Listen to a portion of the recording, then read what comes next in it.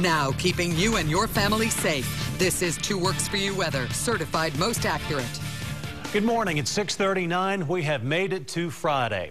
For us today, we could see a few areas of rain trying to move into Oklahoma. This morning, there are a few small showers and thunderstorms out toward western Oklahoma. This is west of Enid and west of Oklahoma City.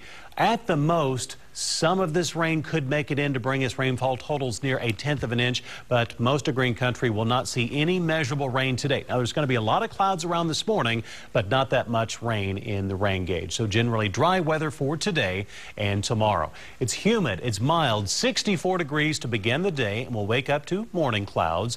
We still have this front nearby, but as we put the Futurecast into motion, you'll notice really not that much rain developing near Oklahoma. So generally a dry day today. Higher rain chances out toward western Oklahoma. We could see some strong thunderstorms again. Yesterday evening, there was baseball-sized hail out in Ellis County, out in western Oklahoma. Now, the severe storms will be staying to our west, but do want to mention we still could see a few small showers or thunderstorms for this afternoon, tonight, as well as early tomorrow morning.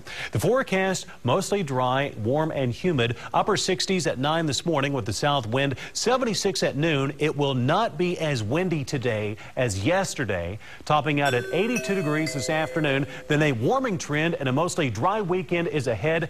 84 tomorrow, and on Sunday, temperatures will be nearing 90 degrees across Oklahoma. So this means perfect weather to do this. Here is Charlie enjoying the first swim dog bath. Oh boy, that's how you have a lot of fun. Oh yes, we're going to be seeing a lot of that over the next couple of months. I know a lot of people are already getting their pools ready. Seems a little early, but it's so hot. We need it. That looks like a good idea on the doggy pool. Might try that today. Thank you, George.